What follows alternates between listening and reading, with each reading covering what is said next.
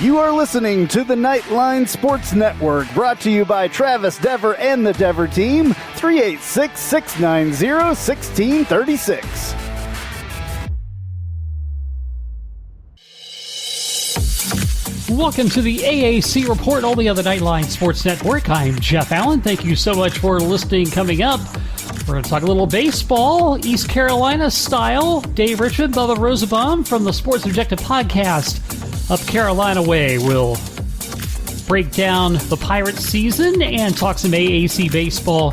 They are standing by in the virtual green room and will join us in just a few moments. But first, a very busy NFL draft as far as American Athletic Conference players are concerned.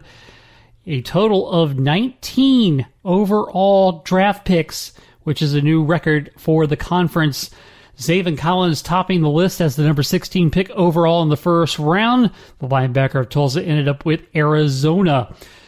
Peyton Turner of Houston was the 28th overall pick in the first round, going to the New Orleans Saints. Richie Grant went in the second round. The number 40th pick overall from UCF goes to the Atlanta Falcons. His teammate Aaron Robinson picked in the third round, number 71 overall by the New York Giants. Brandon Stevens of SMU, he was the 104th player picked overall in the third round. He was picked by the Baltimore Ravens. James Hudson in the fourth round from Cincinnati goes to Cleveland. Also in the fourth round, one pick after him at 111, Cameron Sample of Tulane. He goes to the Bengals. Kylan Granson, also in the fourth round. The SMU tight end goes to Indianapolis. Deontay Smith of East Carolina, picked by the Cincinnati Bengals. The offensive tackle was the 139th pick overall in the fourth round. And Jacob Harris, who shot up the draft boards, the wide receiver from UCF, picked by the LA Rams in the fourth round. Kenneth Gainwell, who opted out of last season due to COVID, the Memphis running back picked in the fifth round by the Philadelphia Eagles. Cincinnati Bearcat Derek Forrest, also picked in the fifth round by the Washington football team. In the sixth round, Marquez Stevenson, the Houston wide receiver who went down with a knee injury midway through the season, was picked by the Buffalo Bills. Also in the sixth round, Tay Gowan, the UCF cornerback, picked by Arizona. In the seventh round, Patrick Johnson, the fine linebacker from Tulane, picked by the Philadelphia Eagles. Trey Nixon of UCF, also in the seventh round, to the New England Patriots. James Wiggins of Cincinnati, picked by Arizona. Jared Dokes, his teammate, picked by Miami. And Grant Stewart of Houston, not only picked in the seventh round, but as the last pick as Mr. Relevant, he goes to the world champion Tampa Bay Buccaneers. The 18th-ranked UCF men's soccer team advanced to their second straight Sweet 16. They earned a 2-1 victory over number 17 James Madison in the second round of the NCAA tournament on Sunday. The Knights got on the scoreboard quickly. Gino Vivi receiving a cross in the fourth minute from Luca Dorado and found a way to get that score in the opener to give the Knights the early lead. Both teams stormed out of the halftime gates. James Madison equalized in the 51st minute, but then UCF, roughly 5 minutes later, Vivi, working his way from one side of the pitch, dumped the ball to Mauricio Vega, who fed a beautiful cross to the awaiting Dorado, who had the Chester go in to put the Knights in front for good. And Dorado has scored in each of UCF's last three matches for the last five. And the rookie scored a goal and an assist on the evening and really finding his rhythm in the late stages of the game. And the victory sends UCF again to their second consecutive NCAA Tournament Sweet 16. The Knights hand the Dukes their first loss of the season, sending them to 5-1-3. The Black and Gold defeated another unbeaten team to advance to their first Sweet 16 in program history in 2019 when they beat Missouri State in overtime last year. James Madison had surrendered only 2 goals all season, but the Knights got 2 of their own in one game. And now they will face number 2 seed Pittsburgh, that game Thursday at 3 p.m. UCF remains unbeaten when scoring first and taking a lead into the halftime break. Now 8-0-1 and 7-0-0 respectively. And they're a perfect 6-0-0 when scoring more than 1 goal in a match, and now 3-0-0 when tallying their first goal in the first 15 minutes. We get all the scoring breakdown records there for you. And after the 1-3 start, the Knights have gone unbeaten now in their last 9 matches. We're back to talk to Bubba Rosenbaum, Dave Richmond of the Sports Objective Podcast. We chat about ECU Baseball. That's next when the AAC report continues right after this. Hey, this is Travis Dever, Kai's Real Estate, the Dever team, New Smyrna Beach. Your source for real estate and everything else, New Smyrna Beach. Proud sponsor of Nightline. Call me anytime at 386-690-1636. That's 386-690-1636. Let me show you my hometown, New Smyrna Beach, UCF's favorite beach. Go Knights and charge on. An auto accident can change your life forever. At Chad Barr Law, we are raising the bar on what to expect from your personal injury attorney. Hi, I'm Chad Barr, and I want you to know that our entire team is dedicated to providing you with the representation you deserve in your greatest time of need. If you or a loved one have been injured in an auto accident, call 407-599-9036 for a free consultation or visit chadbarlaw.com. At Chad Barr Law, our clients come to us in need and leave as family. Offices, Altamont Springs. Looking for more out of your Porsche? Look no further than Flat6Motorsports.com. They have the widest selection of aftermarket Porsche parts anywhere in the world. With over 85 product lines and in-depth expertise, Flat6Motorsports.com is your one-stop shop for any Porsche performance needs. Whether you're shopping for intakes, exhausts, suspension, or tuning, they have you covered. Flat6Motorsports.com is the premier Porsche aftermarket specialist. Check them out at Flat6Motorsports.com. And welcome back to the AAC Report. My pleasure to have back on the program my guys from the Sports Objective Podcast. We're going to talk some East Carolina baseball. Dave Richmond, Bubba Rosenbaum are here on the show. Gentlemen, thanks again for being here. Certainly. Thanks for having us back. Great to be back with Jeff Allen.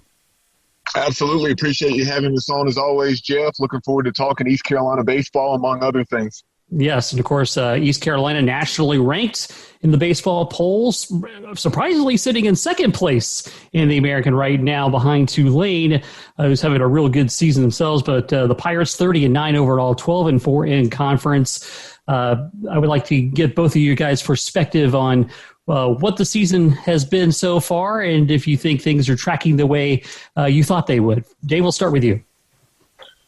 Yes, I think that one of the things that we were talking pre-interview, Jeff, about the fact that it is a marathon in baseball. I think that if this were football right now, we would be a little worried. You know, it might rightfully so be in the panic room. You hear that term a lot. And our fan base definitely has the expectation to win. There's nobody that wants to win more than Cliff Godwin. I mean, as much as Bubba and I love sports and we love to win, I know how much you love to win. You love sports. Cliff Godwin's one of those dudes that he's even ahead of us on that. He's the fiercest competitor I probably know, especially in Pirate Nation. And there's not a bigger Pirate than Cliff Godwin. So if he's one of those guys that thankfully is level-headed when it comes to this. He gets the fact that the big picture is we still have a chance to win the regular season. We still have a chance to win the tournament. We still have a chance to be in a regional. We still have a chance to host a regional. We still have a chance to host a super regional or be in a super regional, and we still have a chance to be in Omaha. So the goals are still in our midst. We're not like out of the picture, so to speak. And we'll find out next week about the regional host, I guess. If we're one of those, I think we will be. But if we're not, it's not the end of the world. As we had Mike Mullis on our show, extra innings. But I think overall, if you'd ask us about the record, and conference play and overall, I would definitely take it. How about you, Bubba? Yeah, no doubt. When you hear 30-9, 12-4 in the league, like we were talking about with Coach Gary Overton, winningest coach in East Carolina baseball history and longtime color analyst on our show, Extra Innings, on Sunday night. If you were told prior to the season that you'd have those numbers, you would certainly take it. During the course of a season, like you alluded to, Dave, you're going to have those ebbs and flows in a college baseball season, or just in baseball in general. You're not going to have those, or you're not going to have a season unless I guess you're Fairfield this year, where they're 28-1 or whatever they are now. But most teams, you're going to lose at least about 10 ball games, if not more. And the Pirates have been largely consistent. I mean, as far as the consistency that this ball club has played with, you have guys like Connor Norby, a guy who played last year, but last year we only played 17 ball games. So even though he's extremely talented, who knew how he was going to play over the course of a 50-plus game schedule? And he's batting .420, 10 home runs, double-digit doubles, and just a tremendous season.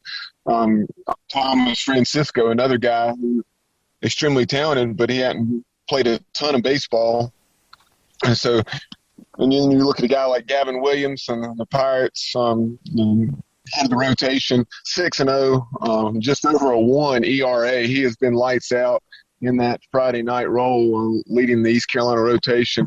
And yes, there hasn't been as much consistency in the series against UCF and Wichita State, but over the course of a season, you're going to have those moments, as we've already referenced. And the Pirates have still not lost the series this year. And like Coach Godwin and Dave mentioned, Coach Godwin's comments from earlier today, today being Tuesday the 4th, Coach Godwin said everything's in front of this team. You have Tulane coming into Clark LeClaire Stadium this weekend. If this team takes care of business, then they'll accomplish their goals, and they still control their own destiny. And that's all there is to it. Yeah, and that's, you mentioned the fact Tulane's coming in. Of course, right now they sit atop the standings of 13-2, 24-14 overall. And it's kind of like how you like things to set up too in the month of May. You're getting good competition heading down the home stretch as well. I think that's a kind of a neat thing to have the schedule work out that way. Yeah, it is. And Coach Godwin said today, Jeff, in his weekly press conference, that May is playoff baseball. I think and I've said this all along, I think that the whole conference schedule has been like a regional. It's been playoff baseball since the beginning. And I told you pre-show, Jeff, pre-interview, I believe that this conference is better than people thought it was. I think you look what Tulane is better. I think you guys with UCF, I think with UCF is definitely – everybody would say consistency, but I think that the team is playing much better now. And so with you look at teams stepping up, I think Cincinnati is a really tough out. I think the only one that has been a disappointment, surprise, I would think, not to pick on our friends the University of Houston, but I think the Cougs have been the ones that have been the big disappointment this year in the league. What do you think, Bubba?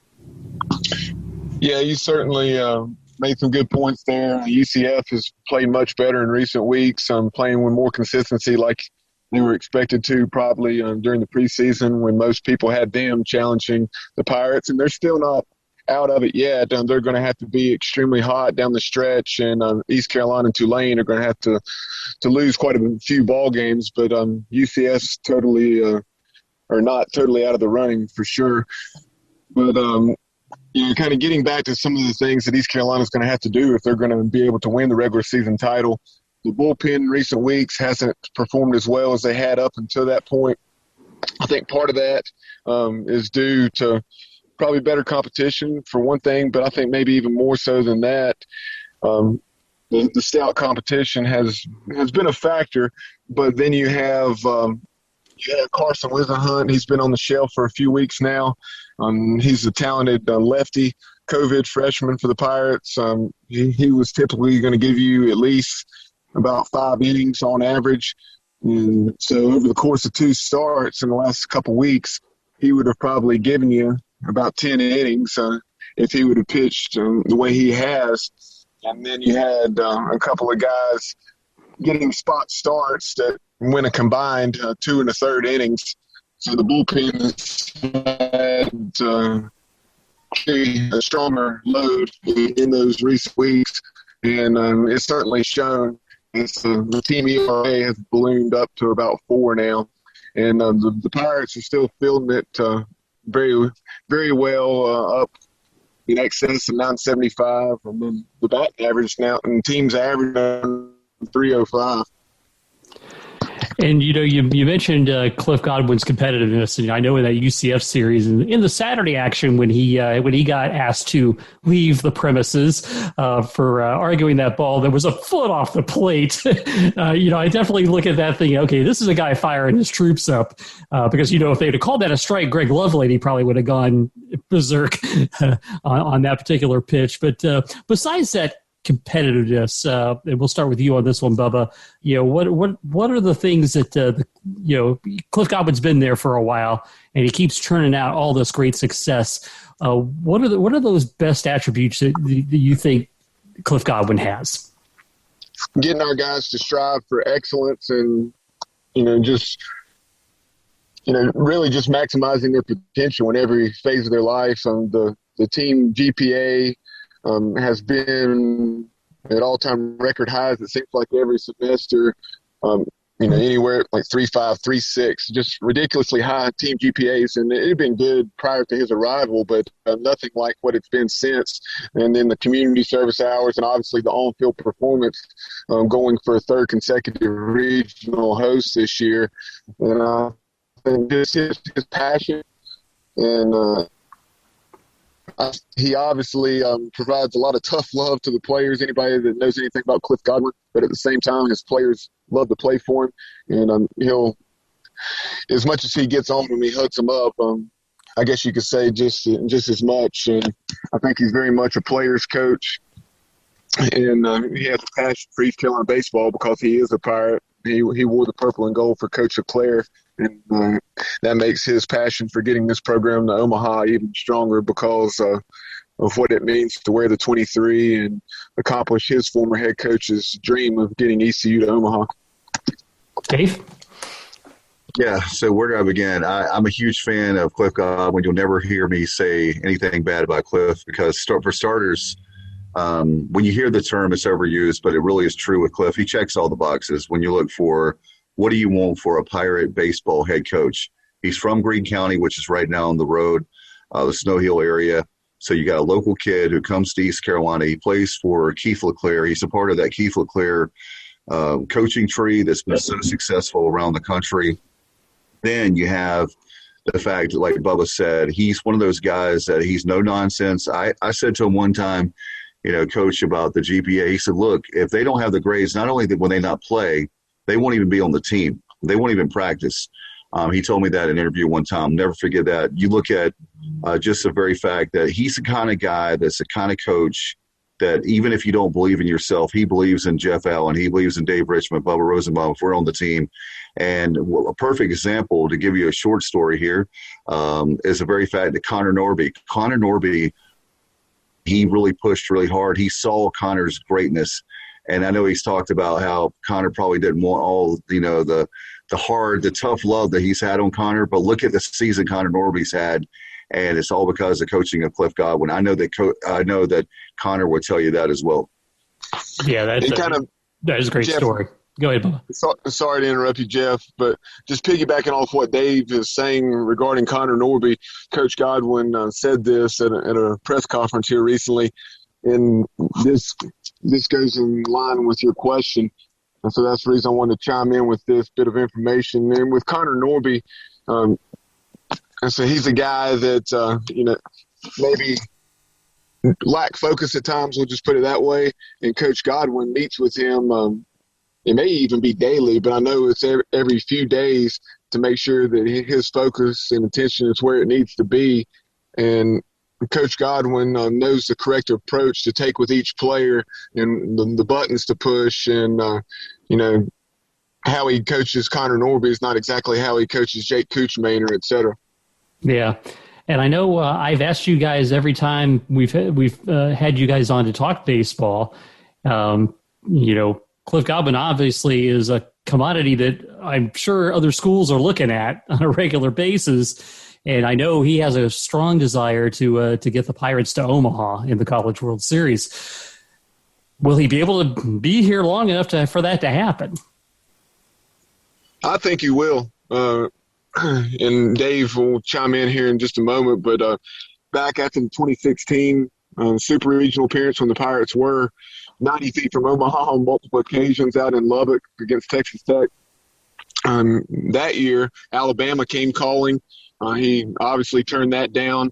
And then I guess it's a few years later after the 2019, maybe it was 2018 or 2019, when Mississippi State hired Chris Lamonis from Indiana. They had Cliff Godwin very high. Word had it that they came to Greenville, and Cliff turned him down to stay at East Carolina, obviously. Dave? Yeah, so as far as Cliff Godwin's concerned, I would say that he is definitely they renewed his contract and they've extended it.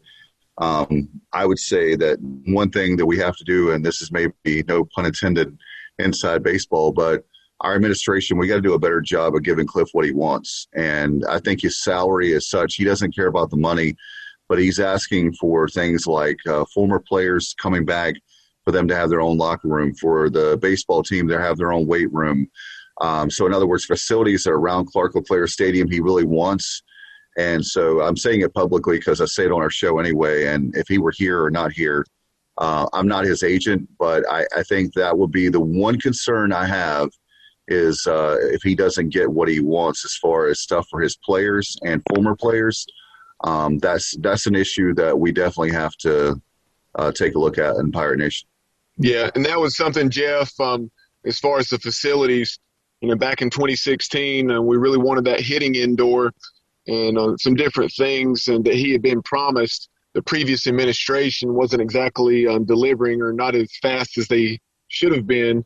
And fortunately, a fire was lit under those individuals, and we were able to hang on to Coach Godwin because heads would have certainly been rolling, or a lot of unrest would have been taking place in Pirate Nation if Cliff Godwin would have jumped ship and people to find out why. But like Dave said, Cliff, with his passion for the program, and I talked about how he strives to have these guys to be so well-rounded and prepared for life after East Carolina. But prior to his arrival, we had Meet the Pirates, and it was a nice event, but now he's turned that into a banquet this year, even though it was virtual over Zoom. That event, the Meet the Pirates, or ECU Baseball banquet, as they call it now, raised something like $120,000 or $125,000 between, all the, silent auction and different things that are included in it. That you bring up an interesting thought as well when you talk about the facilities and things like that. And I think, every school in the conference wants to be, king of the hill in football. I mean, I don't think that's a secret by any stretch. But I would also say, and this is certainly I think falls in line with what you're saying, Dave. I mean, if you got a program that is a gem for your university, and one that I would think you would want to elevate that one, because that is the one you're having the great success in, and continue to raise that bar even higher. My question to the administration and to anyone is, what other team is in the top 25? I'm not knocking all our other coaches. Believe me, I bleed purple and gold. We have shows. I wear my ECU purple and gold with pride. But if you look at the proof is in the pudding. If you look at what Cliff has done, and it goes all the way back to many years. Bubba can tell you we have a rich tradition at ECU in baseball, and Cliff has taken it to another level. I hate to use that term, but he has, and it's been consistent. It's not just like this senior-led team, and we make it to a super regional. The guy already has 2 super regionals. He hasn't been there that long, under his belt. He has a whole bunch of regionals. He has conference championships, regular season championships. And so my thing is, if you look at it, football is on the way up. We're still a question mark with basketball. We'll get to that. But baseball has been the most consistent sport that we've had. Maybe you could argue track and field has been very good over the years, swimming and diving. But baseball is a sport that Pirate Nation, if you look at the Pirate fans, Bubba can tell you this year there's been a lot of angry people because they couldn't see their Pirates play. That is a very, very good problem to have. There's a lot of people in our league and a lot of people around the country that would love to have our problem where there's people mad because they can't, because of COVID-19 restrictions, they can't see their team play at their home stadium. Yeah, like Dave's saying, in terms of baseball attendance, obviously East Carolina for years and years has ranked in the top 20 or 25 nationally. And this year you can imagine only having, anywhere from like 1,300 to 1,400 tickets available. That's been an extremely hot ticket, especially, with that 24-3 home record and everything that's going on this season under Cliff Godwin's regime and era for just his entire tenure. But that's something that Ryan Robinson, assistant AD for external relations, so right there near the top of the food chain in the athletic department, he referenced in a recent interview on a local radio station in Greenville, just as far as, man, how tough that's been turning so many folks away this year with baseball tickets. Well, let's talk about the remainder of the season as we did a big series of Tulane this weekend. Cincinnati and South Florida are the final two series of the season. What do you guys think as far as wrapping up the American goes, the tournament upcoming, and then we go to the NCAAs? What's your prognosis? Well, I am a homer. However, I think the Pirates take 3 out of 4 this weekend. I really do. I'll go on record saying that. I think that they've had 2 tough series back to back, but this week they're going to be home. They know what's at stake, and if they don't, like Coach said today, then they don't. But I think the very fact, I think when it's all said and done, they win 3 out of 4. They win the series, and I think Bubba helped me out on this. He's a stats guy. I believe that would put us – is that one game that we would be up after this weekend? I think we'd be back in first place if my memory serves me right. Or 1 or 2 games. I know well, if we win 3 out of 4, I think that with half games right now, we're back. Okay. Yeah. Yeah, so we're –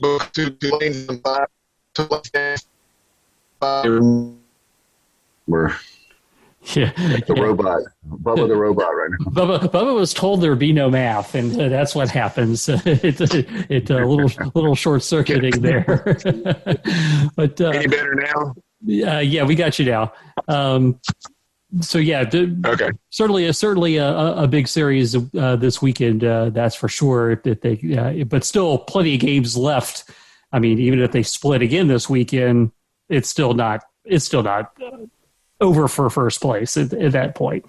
Yeah, this is what Pirate fans need to understand, and baseball fans in general, and hopefully they do, is that baseball season is like a heavyweight fight, and you're going to take a punch. And I think recently we've taken some punches, and maybe this is the middle rounds of a boxing match.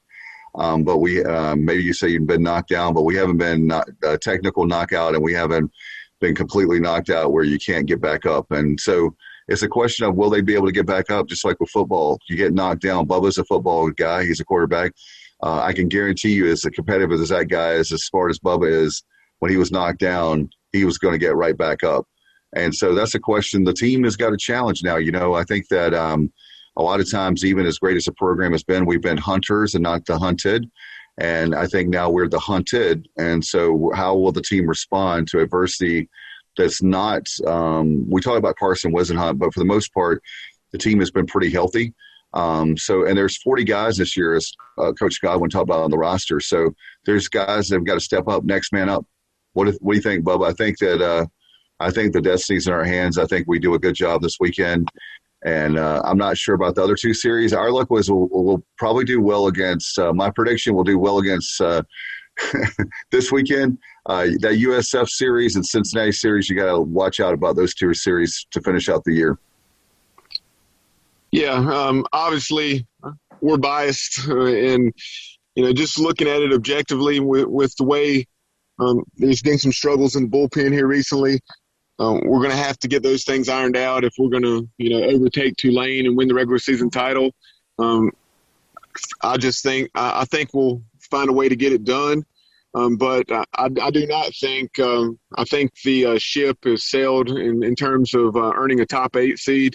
I do think the Pirates, I like our chances of still getting a regional host site, but not getting that top 8 seed where it would guarantee us advancing and not advancing, but hosting a super regional should we advance. All right, so while I got you here besides baseball, wanted to sneak in a couple of other sports questions in. Let's take one on basketball. Jaden Gardner, your star basketball player over the last few seasons, went to the transfer portal. How much of a surprise was that? As I told you pre-interview, Jeff, it's a surprise. Short-term, it's a surprise because the players they were upset with him initially. I don't know about now. The returning guys are upset because they were told as of the day before he made the announcement he was coming back. Short-term, it's a big surprise. It was a big surprise. Long-term, it's not a surprise. He's had people chirping in his ear, including the biggest one of them all, his dad, who's saying, you have to go big time. You have to go to a bigger school, so to speak, or you have to go to a bigger conference like the ACC to make it to the NBA. Look, there's Blue Edwards in the 1980s made it, and there was no technology. We were only on 4 games a year, something like that back in the day when I was in college in the 90s. If they want you, they'll find you. So East Carolina, he was better off staying in East Carolina, building his, everybody talks about a brand now. You can build your brand at East Carolina because we're on ESPN Plus, we're on those networks. If you have a miracle season next year, which we will never know with him, he's a future. He had like every category he could have been number one in pretty much in basketball. Now he goes to a Virginia team where he's not going to be the number one option. Flip side of that for me is that, yes, it's a big loss for us, but it's not the end of the world as far as the talent we have coming back, plus the transfer portal, plus the freshmen that are coming in. They did a nice job of recruiting, so we'll see how it plays out. But, we're used to winning 10, 15 games a year, not a lot in basketball anyway, so it's not like a big shock there. How many games the ultimate question I think you have to ask, Jeff, is how many games single-handedly will Jaden Gardner give you in a year? I think there's a lot of games he helped you, but I think it's a disrespect to the rest of the team to act like that Jaden Gardner was the only thing we had and that there was nobody else that was good on the team. I think there's Tristan Newton, for example, is an outstanding. Brandon Suggs. There's a lot of pieces that are coming back, and then I know Bubba can help you with names. I'm drawing a blank right now with the guys that are coming in, but they definitely have done a nice job between the transfer portal, junior college, and with the freshmen coming in. I agree that it was on one hand surprising in the sense that Stephen Igo, hoistthecolors.net, who's very close to the program and well connected, he had said just a day or two prior to Jaden announcing that he was leaving that he was in fact definitely going to be back on one of those few guys on the roster that was looking to undoubtedly be back for the 2021-2022 season. So that's the reason it would be surprising. But then as far as why it's not surprising. So, Bubba, you knocked yourself on mute there. Can you hear me now? Yes. Sorry, I had a phone call coming in. But as far as the reasons that it's not surprising, that some of which Dave didn't mention, all the COVID eligibility rules. Jaden would have been a senior next year due to the COVID situation. He has 2 years of eligibility remaining. You also have the immediate eligibility, so he can transfer to UVA, which he has, and play 2 seasons.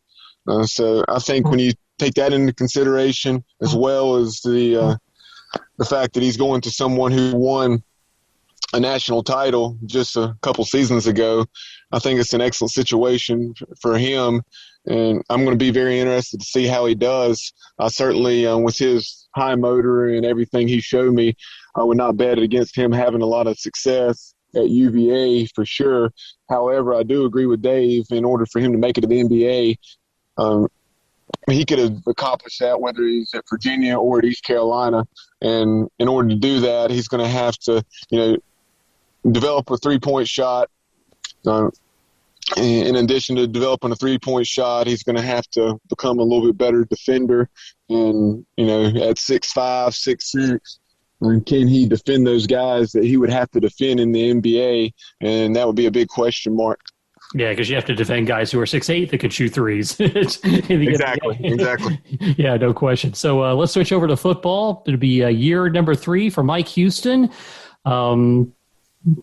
Give you some sense on the progress of the program? I know last year's kind of I think you kind of have to throw, a certain amount of caution to the wind with the COVID situation on the 2020 season. But how do you see where the progress is coming with Pirates football?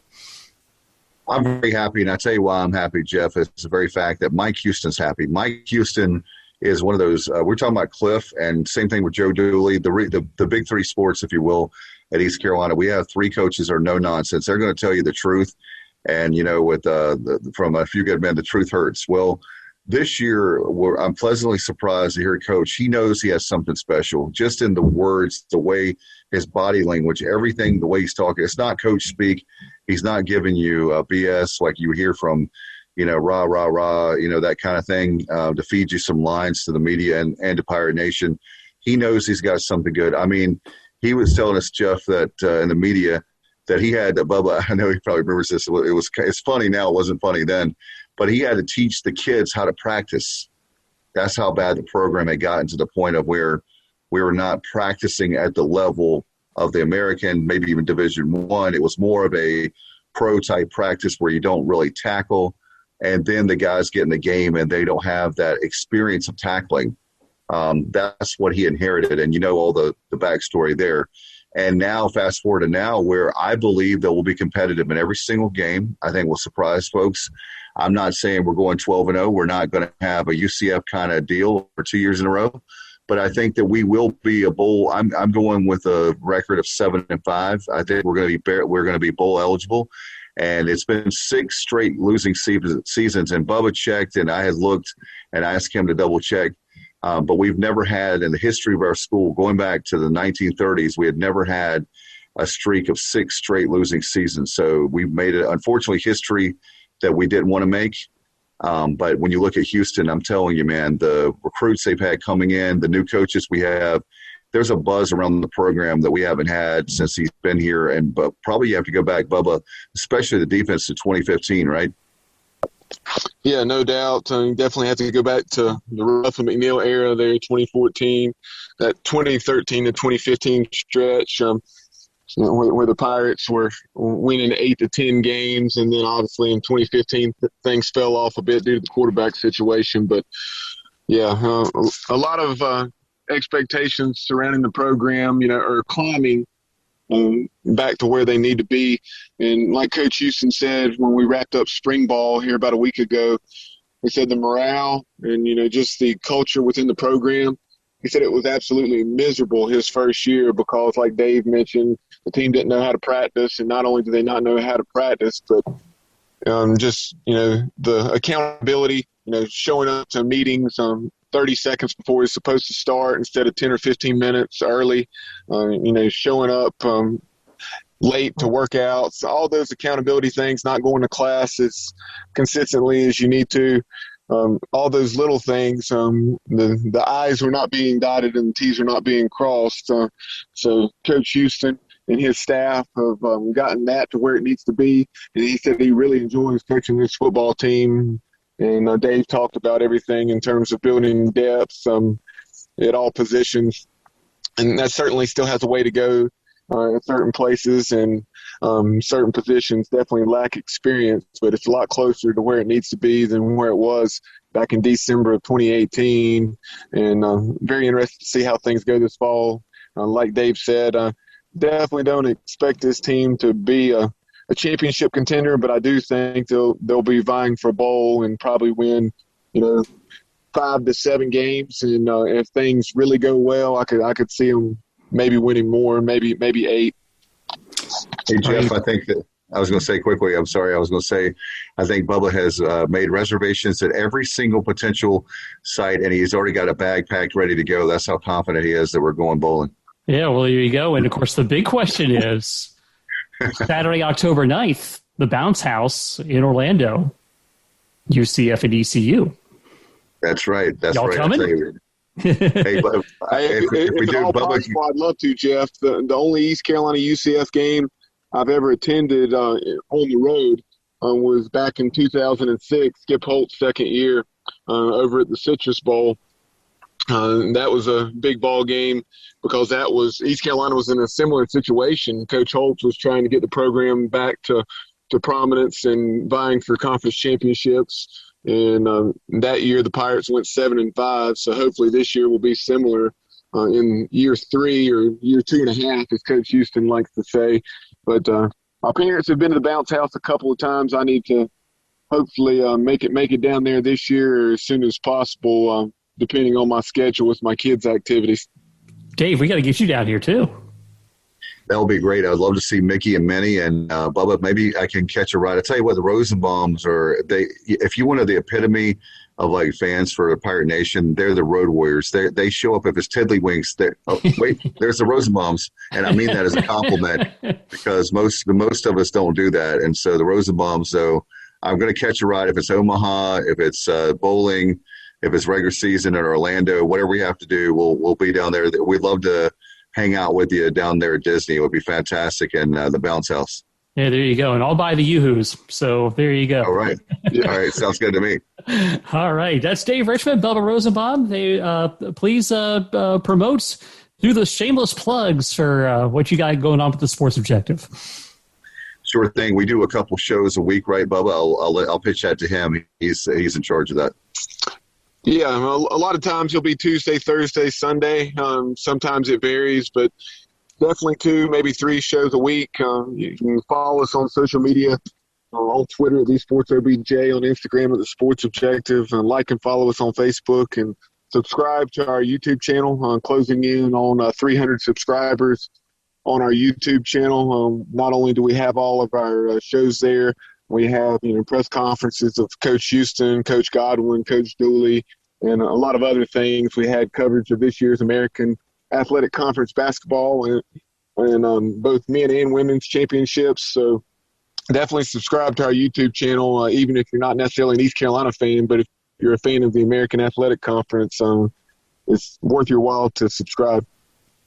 Outstanding. Dave, Bubba, thank you both again for being on the show. Always a pleasure. Enjoyed the visit, Jeff. Thanks for having us. Absolutely. Appreciate it, Jeff. And the baseball player of the week was Alex Freeland of UCF. Helped the Knights to a 3-1 series win, hitting .500 with 6 runs scored and 4 doubles. 6 runs driven in, had at least a double and a run scored and an RBI in the Knights' 3 wins this past weekend. The pitcher of the week, Braden Olthoff of Tulane, had a gem in the first game of the series against Houston, throwing 8 scoreless innings without a run or a walk allowed while striking out 12 batters in a 3-0 Green Wave win. And we're back to bring you some final news and notes to close things out when the AAC report comes back right after this.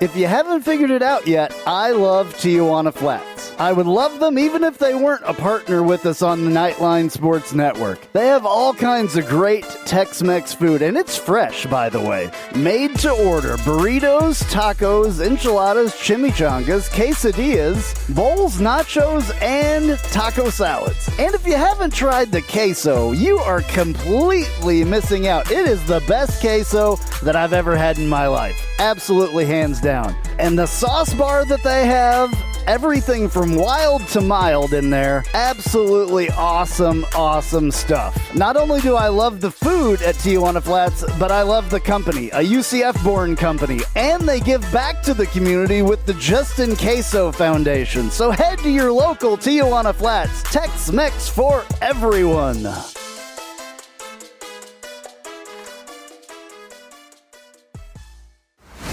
Hello, Night Nation. This is Andrew Fagley reminding you to tune in every Tuesday night, 9 to 10 p.m. on WDBO 107.3 FM and AM 580, plus the WDBO app for Nightline at Night. Brought to you by Chad Bar Law. We'll be taking your calls and your texts reacting to the previous week's UCF sports action, and you never know who will show up. Once again, that's Nightline at Night, every Tuesday, 9 to 10 p.m. on WDBO 107.3 FM and AM 580, plus the WDBO app. Go Knights and charge on.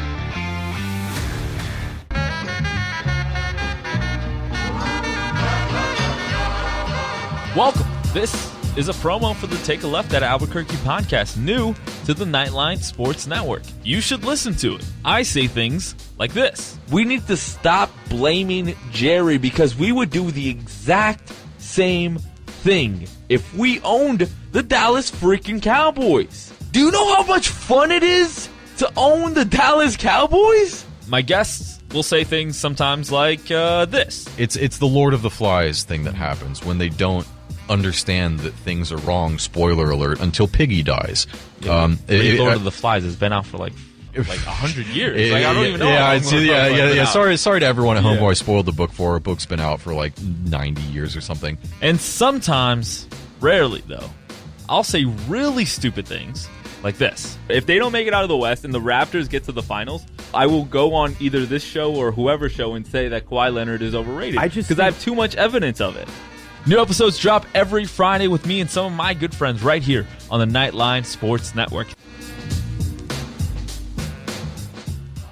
And some final news and notes for you. Let's go to softball, where the player of the week is Rock Benavides of Houston. Led the Houston offense in a 2-2 week against Memphis, batting .636, 3 RBI and 3 runs scored, and reaching base safely in all 4 matchups against the Tigers, and was on the pond multiple times in 3 starts. Drove in a pair of runs, scored twice in the series opener against Memphis, and then went for 2 for 2 with a walk in the nightcap, and closed the series to the 4 for 5 with an RBI and a run scored as part of that doubleheader. Pitcher of the week, tell me if you've heard it before, Georgina Corrick of USF. Freudian slip there. The South Florida pitcher being the first in the history of the American to throw no-hitters on back-to-back days, finishing a 4-game series against East Carolina with a 2-1 record and a spotless ERA over 24 2/3 innings pitched. Held the Pirates to an .026 batting average in 4 appearances. Cork walked 1 batter, struck out 9 in the series opener before yielding 1 walk and logging 10 punch-outs for a second straight no-hitter following the day on May 1st. Added 2 2/3 in no-hit innings of relief with 5 strikeouts to earn the save in Game 2 of the doubleheader on May 1st, and took a hard luck loss with 8 innings of 2-hit softball, walking 2 and striking out 8 in the series finale on May 2nd. Track and field, the men's track athlete of the week, Patrick Deaver of Tulsa. First place showing in the 5,000-meter run representing Tulsa as part of the John McDonnell Invitational in Fayetteville, Arkansas. Winning time of 13:28.08 was the top showing in the American so far this season and ranked 11th nationally as of the end of April. The men's field athlete of the week, Michael Bryan of Wichita State. A standout season in the hammer throw. Part of that John McDonnell Invitational, leading all college athletes, playing second overall with a 4th attempt of 70.45 meters, and it extended his lead in the American standings and ranked 7th in the NCAA as the end of April. The women's track athlete of the week, Renea Jones of UCF, raced for the win in the 100-meter hurdles as the host Knights won their invite on April 24th. Jones' victorious time of 12.73 led the conference 3rd fastest time in the country this season. And the women's field athlete of the week, Nora Money of Houston, dominated the field to win the discus at the Drake Relays in Des Moines, Iowa. Her 6th and final attempt, 58.05 meters, ranked 1st in the conference and 8th in the NCAA so far. 5 AAC teams among the 64 squads were chosen for the 2021 NCAA Men's Tennis Championship. UCF, which won its first AAC men's tennis title, earned the number 9 overall seed, sending a 4-team pod to the USTA National Campus in Orlando for the first and second rounds. They begin tournament play May 7th against Northeast Conference champion Monmouth and would face either Miami or Mississippi State in the second round with a win against the Hawks. UCF brings a 13-match winning streak into the postseason as the Knights reach the NCAA tournament for the 6th time in program history. South Florida will make its 14th NCAA appearance. The Bulls will be paired against Duke in the first round in Gainesville. The Bulls, who fell to UCF in the AAC Championship, will face either top-seeded Florida or South Alabama with a win against the Blue Devils. They defeated Duke 4-0 in a first-round match back in 2017, the last time they met in postseason play. Memphis in the NCAAs for the 7th time overall, 4th time in the last 5 tournaments. They'll face Georgia Tech in a first-round match in Knoxville. Second-round match would be either against number 3 seeded Tennessee or Alabama A&M, awaiting the winner of that one.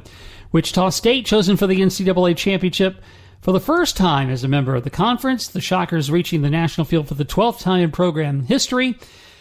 They last played in the tournament in 2016. They'll face Arizona State in a first-round match in Fort Worth. The Shockers will take on either number 7 seeded TCU or Arkansas with a victory.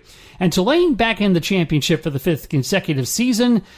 not including the shortened 2020 campaign. The Green Wave faces Middle Tennessee in a first-round match in Oxford, Mississippi. A win against the Blue Raiders would send Tulane to a second-round matchup against either number 15-seeded Ole Miss or at Belmont.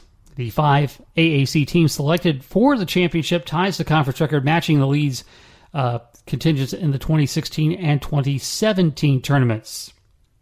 The first and second rounds of the championship will take place at 16 sites that were selected from a group of 20 predetermined. The winners from each site advance to the USTA National Campus in Orlando, where the 16 remaining will compete for the national championship May 17th through the 28th. And, of course, those finals hosted by UCF and the Greater Orlando Sports Commission.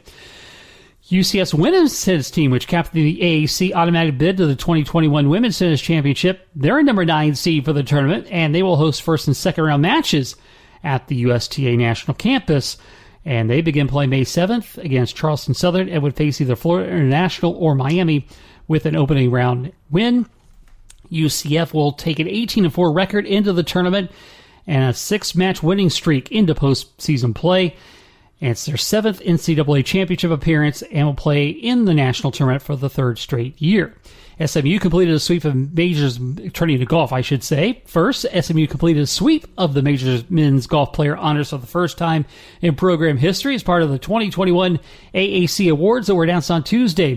Both major player awards and league coach of the year were voted on by the conference's 9 men's golf head coaches. Noah Goodwin from SMU, the 2021 American Player of the Year, teammate Nathan Petronzio as the Freshman of the Year. South Florida head coach Steve Bradley named the American Coach of the Year after guiding his team to victory at the 2021 American Men's Golf Championship at Southern Hills Plantation in Brooksville. The all-conference team, Clement Traumason of UCF, Johnny Treveli's teammate, Clay Emling of Cincinnati and his teammate Sam Jean, AJ Beechler of East Carolina, Alexander Francis of Houston, Aubin Bergstrom of South Florida, along with his teammate Luke Gifford, and of course also Noah Goodwin, Mac Meisner, Ollie Osborne Jr. of the Mustangs, and Marcus Wokner of Wichita State. And that'll put it in the can for this week's show. As always, please follow me on Twitter at JeffAllen_88. And you can follow the Nightline Sports Network at UCF_Nightline. This has been the AAC Report, only on the Nightline Sports Network. I'm Jeff Allen. Thanks so much for listening.